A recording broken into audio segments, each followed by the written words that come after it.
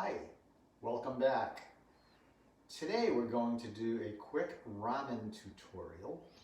So I'll make a bowl of ramen and you can follow along. So there's some things that I've done ahead and I'll explain that as we go along. So the thing to remember about ramen, unless you're just going to open a package and boil it up with a package, with a little flavor packet, there's 4 parts to ramen. One part is the broth. And I'll talk in a minute about how we're making this broth. But this broth has been simmering for a good couple hours. So a good ramen broth takes a long time to make. Some of them take as much as 12 hours, but this one is only a couple hours. So it's pretty quick by ramen broth standards. Of course, you'll make enough ramen broth so that you can put it in the refrigerator or freeze it or whatever you want to do. And so that's the broth. That's one part.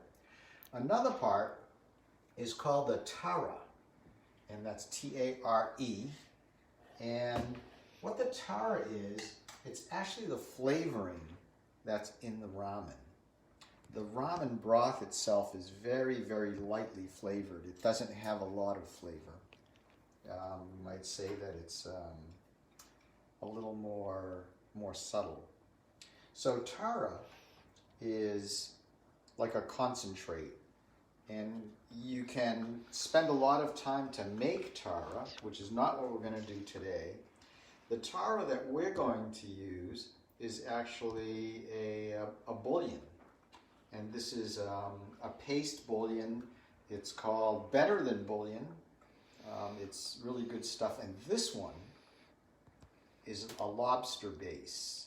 So I'm going to take about a teaspoon of this lobster base, and I'm just going to put it right in the middle of my bowl. And what we'll do eventually is we'll use this to flavor the broth when we put it in. So that's the tara, and that's the second part. The third, obviously, are the noodles, and we are going to use dried noodles. Just so you'll know, full disclosure, we're going to use a package of ramen noodles, but we are not going to use the flavor packet. All right. And when the time comes, we're going to drop these dried noodles into the water. By the way, the dried noodles were actually invented by a guy named Ando Mamafuku, and he invented them back in the 1950s when Japan was going through a food crisis, basically. And he figured out how to preserve fresh noodles, basically by deep frying them. And then what he found is that if you did that, you could reconstitute them in a couple minutes just in some hot water. So that's what we'll do. When I'm about 2 minutes away from putting the ramen together, I'm going to just drop this into this boiling water. So the fourth component of ramen is the toppings, or are the toppings. And our toppings today are going to be a little protein. So I have some sliced ham, and this is just deli ham that I've sliced into strips. So we're kind of going to make fat noodles out of the ham. And we're going to fry that up a little bit. So I'll start that. I'll put maybe a teaspoon of oil, a little fry pan here. Let's spread that. And you can't smell this, but that was garlic flavored oil, which is great. So we'll just put those in there and we'll stir them around. And while they're cooking up, I'll get on with some of the other things. Another topping that we can use are vegetables. And I've got three vegetables. I'm going to be using some scallions. We'll use the green part, and we'll also use the white part. And I've cut them up a little differently. These I've cut across, so they're just kind of little circles. I've cut off the white part of the scallion, and I've made it into, I've julienned it basically. So it's kind of longer pieces. The white part has a stronger onion flavor than the green part. We're also going to use shishito peppers, and these are fresh peppers from our farm share. And shishito peppers are a Japanese pepper. They're very mild, and we can use the whole pepper except for the end. And we'll just put those in with the soup later. We'll give this a stir. Turn that up a little bit.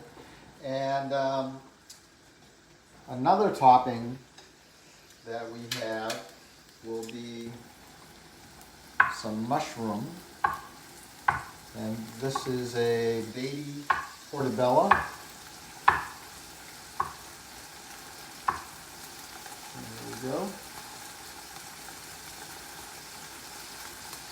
And the final topping I'll talk about in a minute. Let me put in, I'm going to put in our noodles. We'll put those right in there.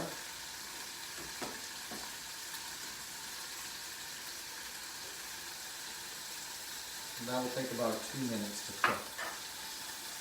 So the final topping is going to be our ajitama, which is our marinated eggs. And I showed you how to make these in last week's tutorial, which you can look up. But here's one right here that's been marinating for a day or so. And we'll just cut that right in half. So it's nice and soft in the middle. And that will be ready. Now I wanted to try an experiment. And normally what you do with the ajitama is you boil the egg, you know, for like 9 minutes so that it's soft. And then what you'll do is you'll peel it and you'll soak it in some soy sauce, mirin wine, and sugar. And what happens is, you know, it absorbs some of that. Looks kind of cool. But I wondered what would happen if I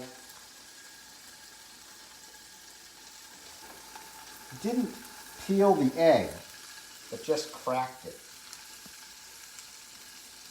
And I wondered if I would get a marbled egg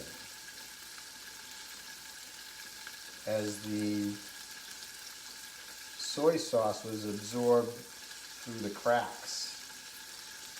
And in fact, I did. So I have a marbled egg in addition to just my regular egg. So that's kind of fun. So let me cut that one. So I've got 2 of these. And you want to just marinate those, you know, probably for 4 or 5 hours at minimum.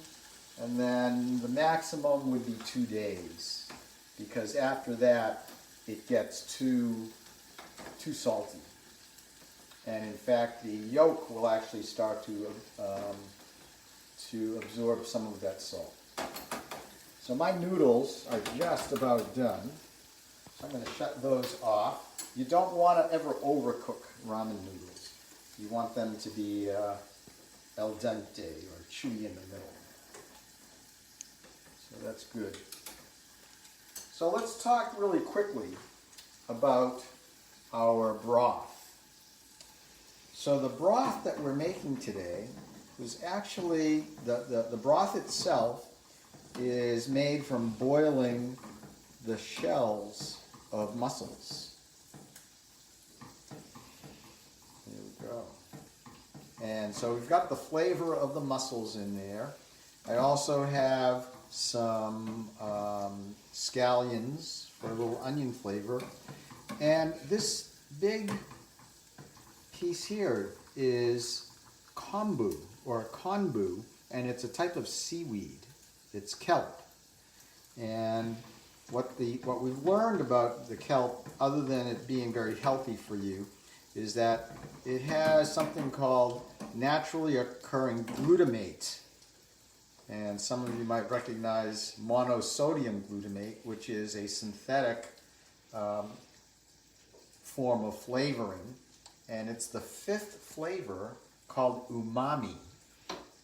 And so this has been boiling for quite a long time, and so it's full of that 5th flavor umami. So that's been simmering. My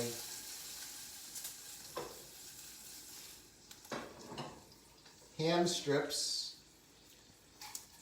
are done. They smell great. So let's put it all together. So what we'll do is I'm going to, the things that I'd like to blanch a little bit, I'm just going to put those in first, because that will end up on the bottom of the soup, of the hot broth. And I'll put in some mushrooms that I've cut up. And my scallions are going to be more for a condiment. And one other thing that I'm going to put in now is something called wakame. And what it is it's dried bits of seaweed. And what will happen is when I pour in the broth, it will redo those. All right. The other things are going to be the toppings, and I'm going to put those on top. So what I'll do is, let me shut this off, and I'm going to pour this broth right in. There we go. And we have enough for another bowl.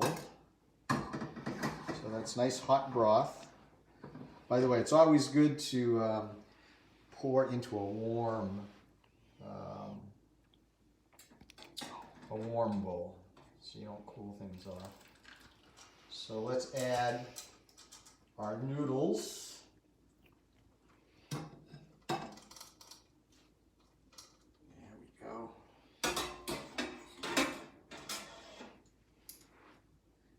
I'm going to just stir that tara right up into the broth. So our peppers have been a little blanched, our mushrooms. So let's put the rest of it together. I'm going to put in my eggs. Find a blank spot there for the eggs. And let's put in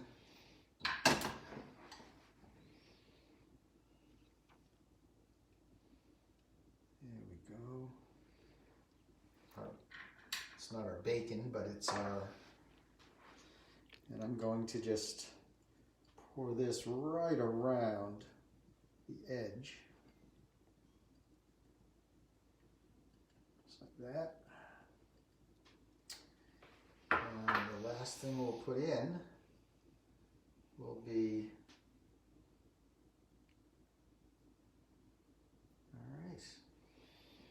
all right. So there you have it. It's pretty hot. Some fact, it's too hot for me to pick up. So maybe I won't pick it up. I'll just taste it here. So here's our ramen noodles. Oh, and by the way, eating your ramen noodles, always have a spoon and your chopsticks. And what you'll do is you'll get some of this broth. You'll get your noodles. Get that spoon to catch them.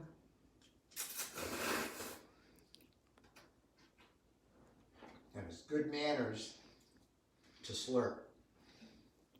And then just taste some of that broth. Yum. Lots of umami. So that's it for now. Thank you for joining us, and we'll see you next time.